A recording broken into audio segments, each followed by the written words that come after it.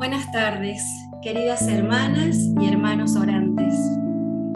Vamos a serenar nuestro espíritu para darle lugar al Espíritu del Señor. Nos ponemos en su presencia en el nombre del Padre, del Hijo, del Espíritu Santo. Amén.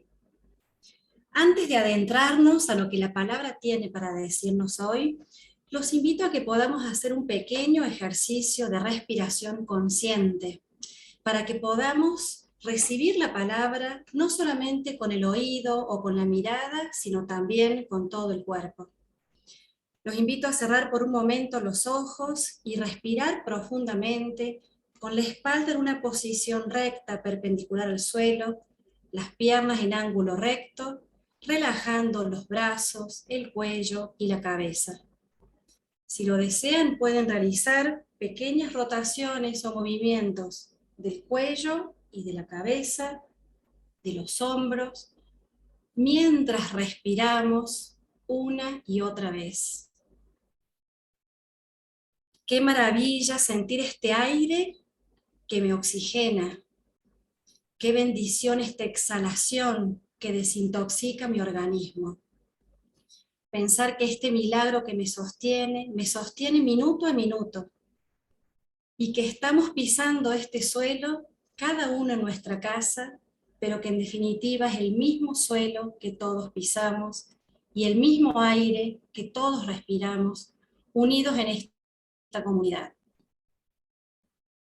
Señor, estás aquí presente en medio de nosotros, porque así lo prometiste. Cada vez que estamos 2 o 3 reunidos en tu nombre, te pedimos la gracia de hacer consciente tu presencia, tan real como este aire que respiramos. Te decimos, ven, Señor Jesús.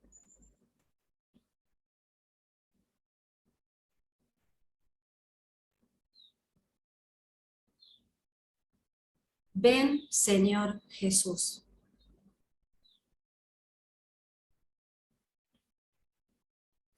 Respiramos profundo una vez más. Y si teníamos los ojos cerrados, podemos inclinar la cabeza hacia adelante, abrir los ojos suavemente y conectarnos con este espacio virtual, pero real, donde el Señor se hace presente y nos sale al encuentro. Hoy vamos a retomar el capítulo 6 del Evangelio de Mateo, capítulo 6, versículos 25 al 34, por si alguien quiere tener la Biblia a la mano abierta allí. Algunas Biblias titulan a este texto La confianza o el abandono en la providencia. Conocemos muchas canciones inspiradas en estos fragmentos, porque esta perícopa debe ser de los textos más hermosos que tiene este Evangelio. Pero sabemos que la palabra de Dios tiene mucho más para decirnos que un simple título o que una canción. Luego de haber hablado del tesoro y de a qué Dios queremos servir, este texto comienza así. Y por eso les digo, ¿qué será eso que tiene para decirnos? Y por eso les digo, no se preocupen, no se inquieten por su vida, pensando qué van a comer, qué van a vestir. Pero yo me pregunto, ¿acaso no había que pedir el pan de cada día? ¿Acaso no dice en el Evangelio, pidan y se les dará? ¿Por qué ahora dice no se preocupen? Y acá está la primera diferencia que tenemos que notar. Una cosa es pedir y otra cosa es preocuparse o inquietarse. Preocuparse, como dice la misma palabra, es ocuparse antes de tiempo, en un tiempo que no es oportuno. Es anticiparse con ansiedad y no con sabiduría.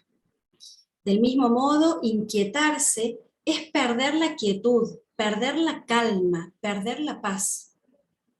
¿Y cómo se pierde esa paz? El mismo texto lo dice. No se preocupen pensando en el versículo 25.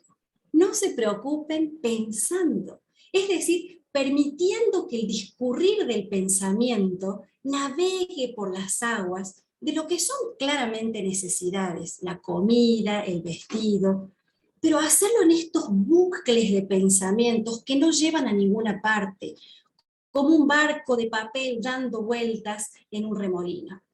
Así nos inquietamos, solo pensando qué comer, qué beber, cómo vestir. Y hay algo más.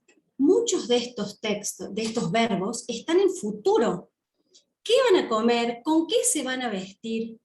Es decir, que nos inquietamos pensando en el futuro. La palabra de Dios deja claro que el discípulo, el verdadero discípulo de Jesús, vive en el presente, no en el futuro incierto. Vive en el aquí y en el ahora. La identidad del cristiano es ser lo que debe ser hoy y estar donde debe estar hoy, no mañana.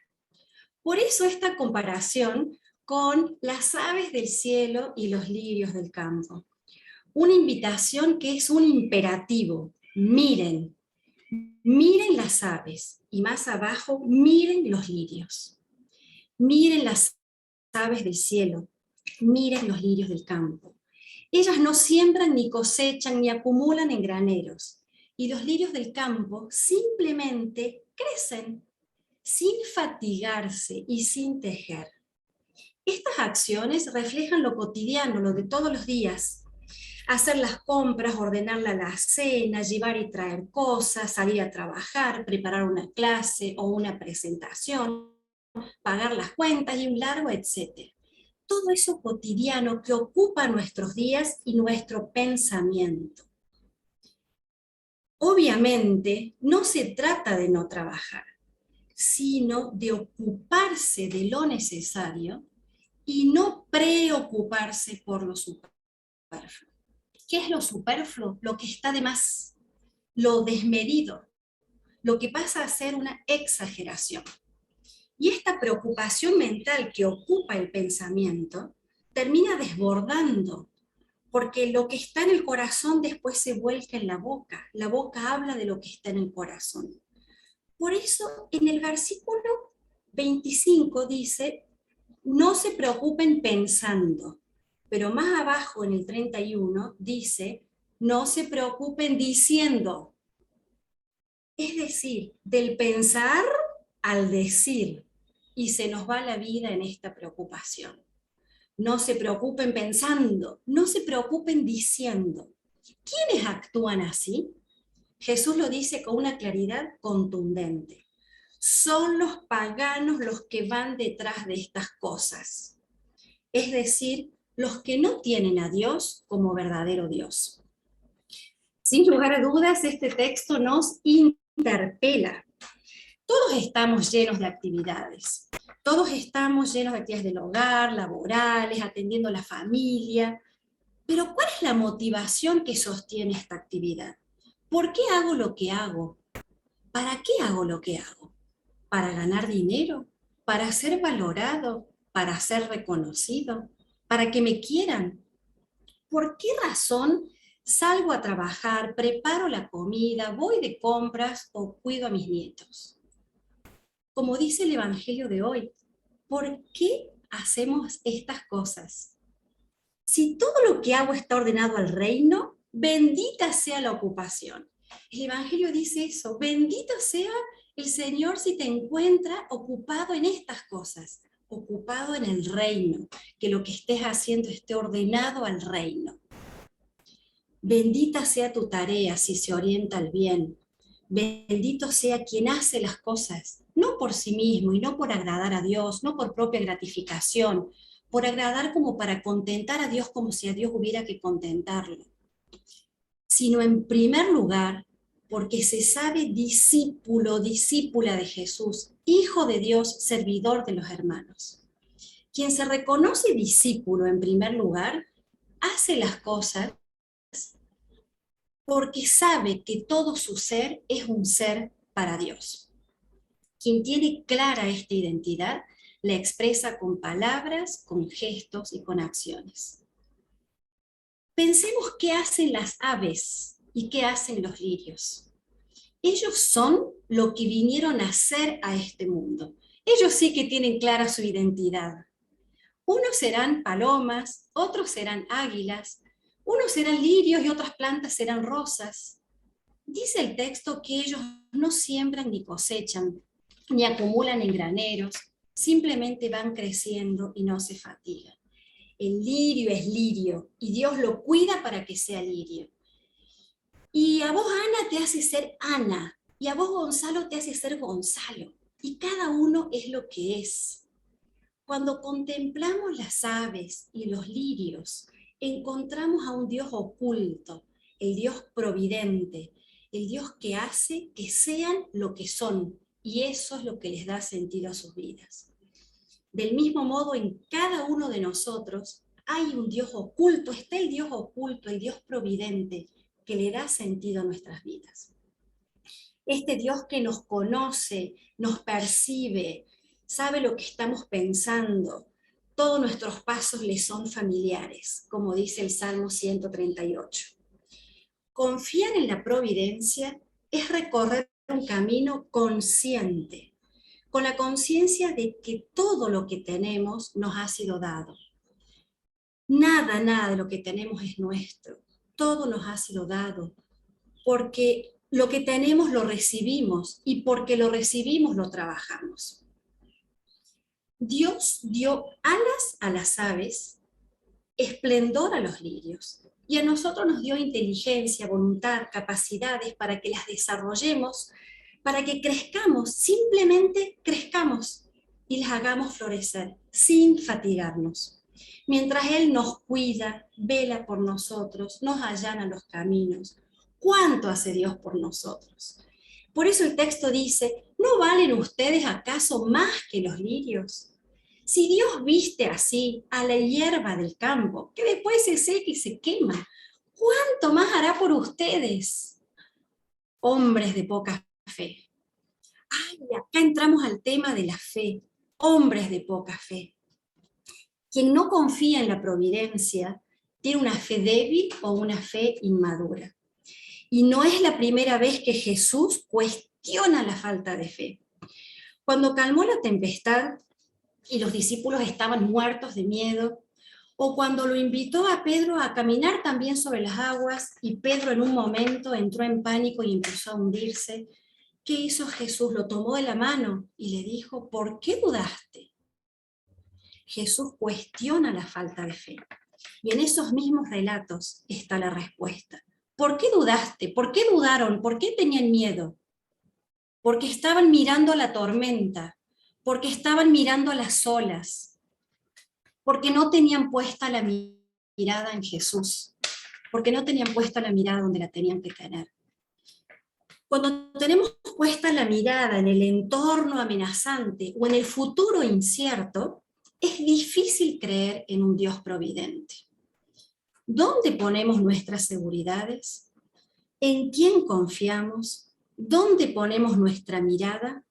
Y acá volvemos a la mirada, a nuestro texto de hoy. Miren, miren las aves, miren los lirios, miren.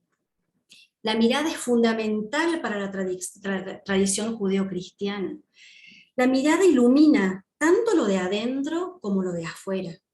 Mirar las aves y mirar los lirios tiene sentido, no es simplemente sentarse a ver la naturaleza. Mirar las aves tiene sentido porque lo hacemos para comprender la sabiduría de Dios oculta en ellas. Esa mirada ilumina mi interior y a su vez ese interior ilumina lo de afuera y me hace encontrarle el sentido a las cosas y a todos los acontecimientos. Les cuento algo. En la puerta de mi casa tenemos un macetón con una pequeña Santa Rita, chiquita porque está bajo el alero, con sus ramitas y sus flores preciosas en esta época.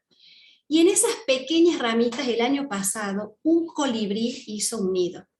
Imagínense el tamaño del nido, así de chiquitito, como un pocillo de café. Cuidar ese nido en mi casa se convirtió en una cuestión de estado. Cuidado con la puerta, que nadie mueva la maceta, que la planta esté bien regada, que no se toquen las ramas, que nadie la pode, porque ahí estaba el nido. Crecieron los pichones, imagínense el tamaño, y cuando crecieron se fueron y quedó el nido vacío. pero no quisimos ni tocarlo. Y decíamos que nadie lo toque, porque si le gustó el lugar y si confió en nosotros, en la puerta de nuestra casa, capaz que vuelva. Entonces todo el año la planta seca, pero el nido estaba ahí y lo mantuvimos ahí. El domingo pasado volvió la mamá colibrí a poner sus huevitos y está nuevamente empollando en esa planta. Y para mí esto que les cuento es la palabra hecha acontecimiento. No es solamente una anécdota familiar, es la palabra hecha acontecimiento. Porque esta ave tan pequeñita, miren las aves, esta ave tan pequeñita me interpela. Si ese colibrí confía en nosotros y elige nuestra casa, nuestro alero como un refugio para su tarea más preciada, ¿cuánto confío yo en Dios Padre? ¿Cuánto más hará Dios por ustedes? En Dios Padre, Padre de ese colibrí, Padre de toda la creación. ¿Dónde está puesta mi mirada y dónde está puesta mi confianza? ¿Cuánto más hará Dios por ustedes? Y si no crees esto, te cabe el resto, hombres de poca fe. La clave de todo esto está al final de este relato, en el versículo 33. Busquen primero el reino y su justicia, y todo lo demás se les dará por añadidura. En otras palabras, no se pasen la vida pensando y diciendo, sino buscando. Busquen primero. Quiere decir, pónganse en movimiento, que el reino sea su prioridad. Así nos quiere Dios, buscando. No pensando y diciendo, buscando. Buscando el reino, haciendo el bien. Y ahora sí nos anticipa un futuro que es promesa. Todo lo demás se les dará. Pero no porque al fin llegará el día, sino que se les dará por añadidura. Es decir, por gracia de Dios, un añadido, un extra, la yapa, porque a Dios nadie le gana en generosidad. El texto de hoy nos invita a contemplar más las cosas simples, a pensar y decir y preocuparnos menos. Que el Señor nos ayude a poner la mirada donde hay que ponerla, ocupándonos del presente y no preocupándonos exageradamente por el futuro. Que pensemos en este presente donde habita Dios, que podamos descubrir a Dios oculto en todo lo que nos rodea. Que renovemos nuestra identidad de discípulo y no olvidemos que en definitiva somos para Dios. Ahora los invito a leer la palabra, a inclinar el oído allí donde el Espíritu les invite a quedarse y les comparto la secuencia sugerida para la lección de hoy.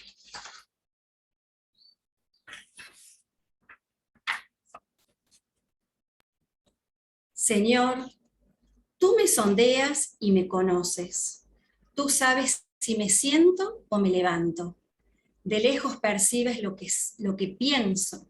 Te das cuenta si camino o si descanso. Y todos mis pasos te son familiares. Hombre de poca fe, ¿por qué dudaste? Si tuvieran fe del tamaño de un grano de mostaza, nada sería imposible para ustedes. No se inquieten, crean en Dios y también crean en mí. Confíen al Señor todas sus preocupaciones, porque Él cuida de ustedes. Busquen al Señor mientras se deja encontrar. Busquen primero el reino y su justicia, y todo lo demás se les dará por añadidura. Encomienda tus obras al Señor y tus proyectos se realizarán. Dios dispone todas las cosas para el bien de los que lo aman. Ninguno de nosotros vive para sí, ni tampoco muere para sí. Si vivimos, vivimos para el Señor, y si morimos, morimos para Él. Así que tanto en la vida como en la muerte somos del Señor. Es palabra de Dios. Buena lección para todos.